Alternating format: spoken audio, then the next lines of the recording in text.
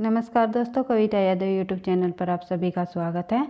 संपूर्ण हिंदी विषय की तैयारी को आगे बढ़ाते हुए आज की क्लास में हम करेंगे EMR ST GT PGT Hindi के पाठ्यक्रम के अनुसार जो हमने कवियों की श्रृंखला चलाई हुई है उसमें हमने आदिकाल के कवियों को कंप्लीट किया, फिर भक्ति काल के कवियों को किया, फिर आज की क्लास में हम करेंगे रीतिकाल के कवि पद्माकर जी के संबंध में महत्वपूर्ण तथ्य देखेंगे जो परीक्षा में बार बार पूछे भी जाते हैं और आगे पूछे जाने की भी संभावना है।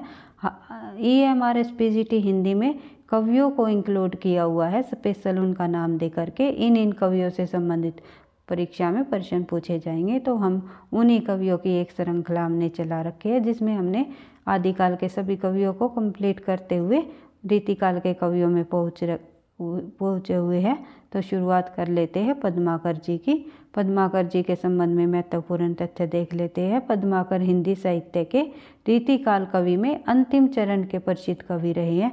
अगर ये पूछ लिया जाए परीक्षा में रीतिकाल के अंतिम प्रसिद्ध कवि कौन रहे हैं तो हो जाएंगे पद्माकर जी। अगर ये पूछ लिया जाए तो रीतिकाल के अंतिम कवि कौन रहे हैं तो आपको ध्यान रखना है, एक कवि हुए हैं गवाल नाम से। गवाल कवि नाम से जाने जाते हैं। तो रीतिकाल के अंतिम कवि गवाल कवि रहे हैं। इन दोनों प्रश्नों में थोड़ा सा अंतर है, तो आपको ये देख लेना है कि प्रश्न पूछा किस प्रकार से गया है। अगर रीतिकाल का अंतिम कवि पूछा जाए तो गवाल कवि, और रीतिकाल का अंतिम प्रसिद्ध कवि पूछा जाए तो पद्माकर जी। ये रीतिकाल के इकलौते कवि हुए हैं जिन्होंने श्रृंगार, वीर व भक्ति तीनों रसों में रचनाएं की हैं। रीतिकाल के अंतर्गत कुछ कवियों ने श्रृंगारिक रचनाएं लिखी है, कुछ कवियों वीर रचनाएं लिखकर प्रसिद्ध हुए हैं जैसे कि भूषण, और कुछ कवियों ने भक्ति संबंधी रचनाएं भी की है। लेकिन रीतिकाल में जो पद्माकर जी हुए हैं उन्होंने तीनों प्रकार की रचनाएं, तीनों रसों की रचनाएं की है, श्रृंगारिक भी, वीर भी और भक्ति भी। ये आपको ध्यान रखना है। बढ़ते हैं आगे। रीतिकाल में बिहारी के बाद ये सबसे ज़्यादा लोकप्रिय हुए हैं। रीतिकाल के एक प्रसिद्ध कवि हुए हैं रीति सिद्ध काव्यधारा के बिहारी कवि, जिन्होंने बिहारी सतसई मात्र एक रचना से प्रसिद्धि प्राप्त की है। तो बिहारी के बाद अगर सबसे ज़्यादा प्रसिद्ध लोकप्रिय कवि हुए हैं तो वो हुए हैं पद्माकर जी। रीतिकाल में ब्रज भाषा कवियों में पद्माकर 1753-1833 का महत्वपूर्ण स्थान है, यानी कि उनका जन्म 1753 और मृत्यु 1833 में हुआ। ब्रज भाषा कवियों में उनका महत्वपूर्ण स्थान है। किनका? पद्माकर जी का। पद्माकर के पिता का नाम बात करें तो मोहनलाल भट्ट, जो कि सागर में बसे हुए थे। सागर स्थान का नाम है भाई, ये आपको ध्यान रखना है। मध्य प्रदेश का एक स्थान रहा है सागर। तो सागर, मोहनलाल भट्ट सागर में बसे हुए गए थे और यहीं पद्माकर जी का जन्म हुआ 1753 ईस्वी में। बढ़ते हैं आगे। हिंदी साहित्य का इतिहास में आचार्य रामचंद्र शुक्ल और बांदा डिस्ट्रिक्ट गैजेटियर के अलावा कुछ विद्वान मध्य प्रदेश के सागर की बजाय उत्तर प्रदेश के नगर बांदा को पद्माकर की जन्मभूमि कहते हैं। कुछ विद्वान उत्तर प्रदेश के बांदा जिले को पद्माकर का जन्मभूमि बताते हैं, तो कुछ विद्वानों ने मध्य प्रदेश के सागर को बताया है। तो जैसे बात करें रामचंद्र शुक्ल के अनुसार अगर पद्माकर के जन्म स्थान पूछ लिया जाए तो उत्तर प्रदेश का बांदा जिला माना जाएगा। इस प्रकार से अगर घुमा फिरा कर भी प्रश्न पूछा जाए तो आप सही आंसर कर सको। बढ़ते हैं आगे। आई होप वीडियो आपको समझ आ रही होगी। जो मैं तथ्य समझाना चाह रही हूँ आपको अच्छे से समझ आ रहे होंगे। इन्हें आशु कवित शक्ति अपने पहले के कवियों और संस्कृत विद्वानों सुदीर्घ वंश परंपरा से ही प्राप्त हुई थी। यानी कि इन्होंने आशु कवित शक्ति, आशु का मतलब होता है भाई तेज, कवित शक्ति बहुत ही तेज और गति से जो उन्होंने कविताएं लिखने की प्रतिभा थी, जो वे कहाँ से प्राप्त थी? संस्कृत विद्वानों से। जीवन के अंतिम समय में पद्माकर कुष्ठ रोग हो गया था और जिससे वह गंगा जल के औषधि मूलक के प्रयोग के बाद वह स्वस्थ भी हो गए। जीवन के अंतिम समय में उन्हें कौन सा रोग हुआ था?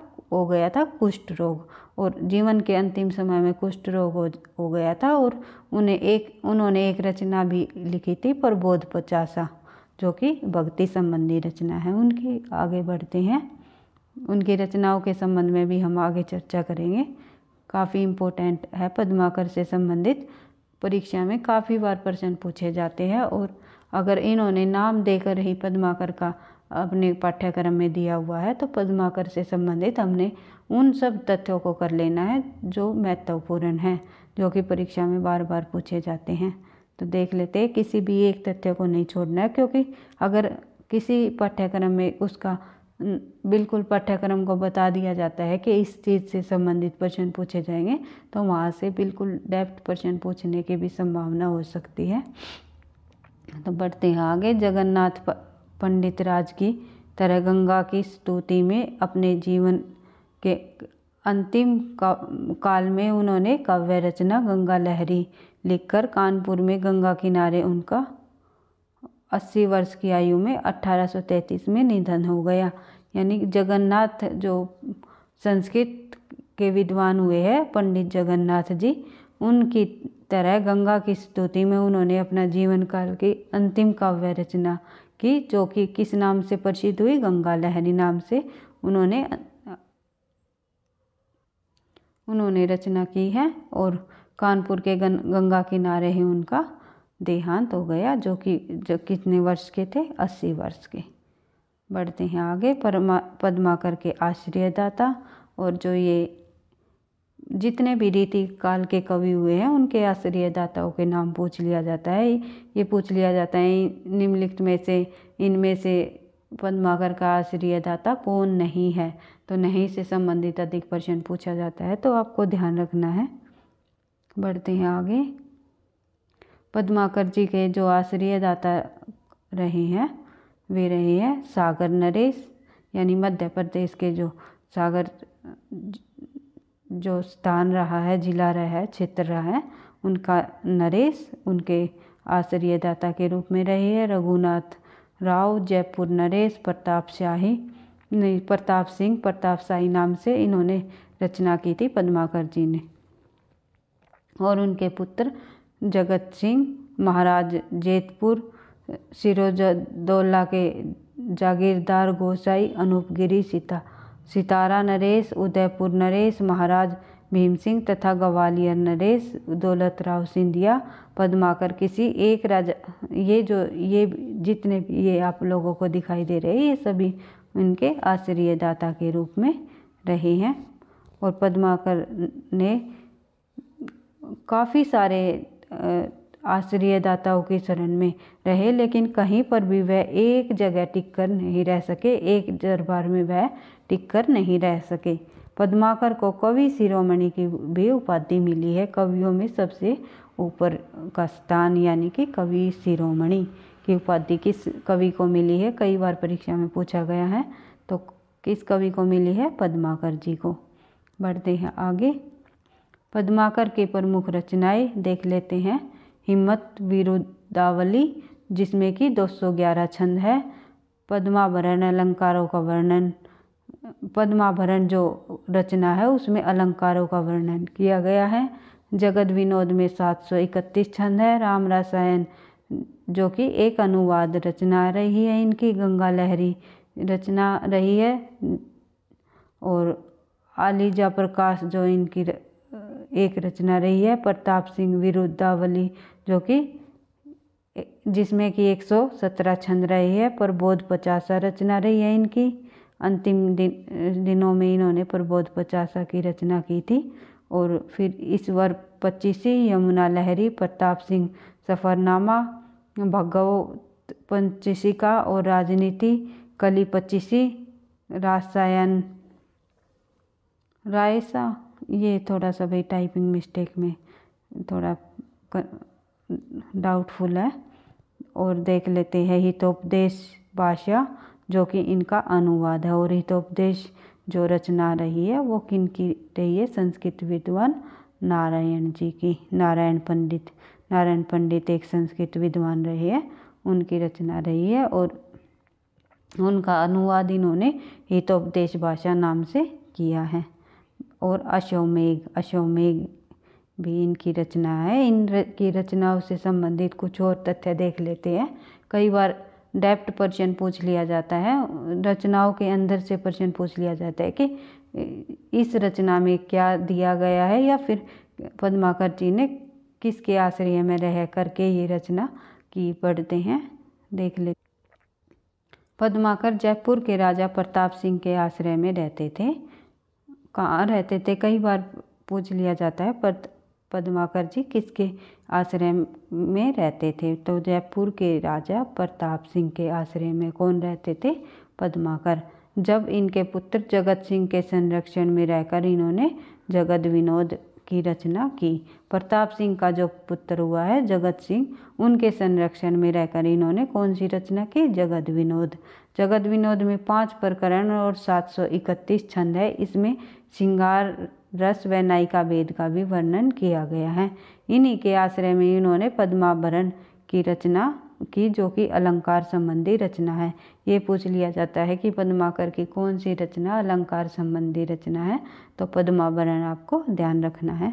ग्वालियर के राजा दौलतराव सिंधिया के आश्रम में इन्होंने हितोपदेश का ब्रज भाषा में अनुवाद किया। पहले हितोपदेश किस भाषा में थी, संस्कृत भाषा में, जो कि नारायण पंडित जी की रचना रही है। और उनका जो ब्रज भाषा में अनुवाद किया किन्होंने, पद्माकर जी ने।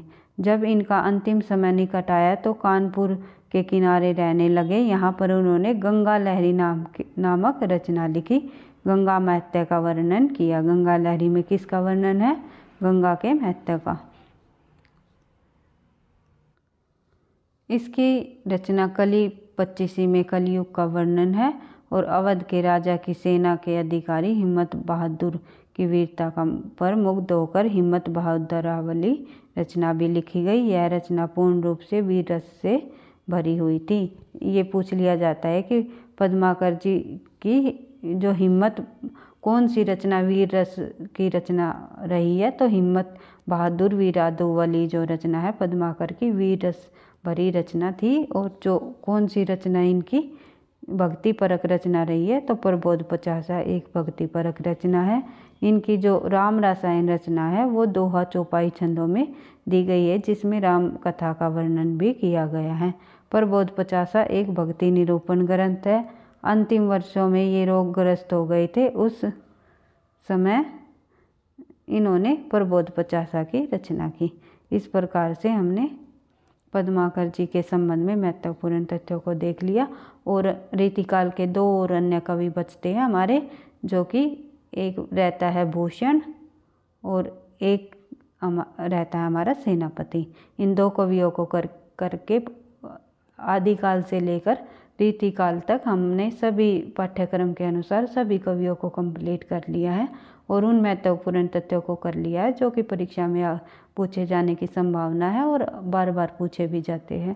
तो जिस भी बच्चे ने पीछे की क्लासेस नहीं देखी, आप प्लेलिस्ट में जाकर क्रम वाइज क्लास को देख सकते हो। वीडियो अच्छी लगी तो लाइक करना, दोस्तों के साथ शेयर करना, चैनल पर पहली बार हो तो सब्सक्राइब कर लेना ताकि नोटिफिकेशन समय पर मिलता रहे। पढ़ते रहना, आगे बढ़ते रहना। थैंक यू, धन्यवाद।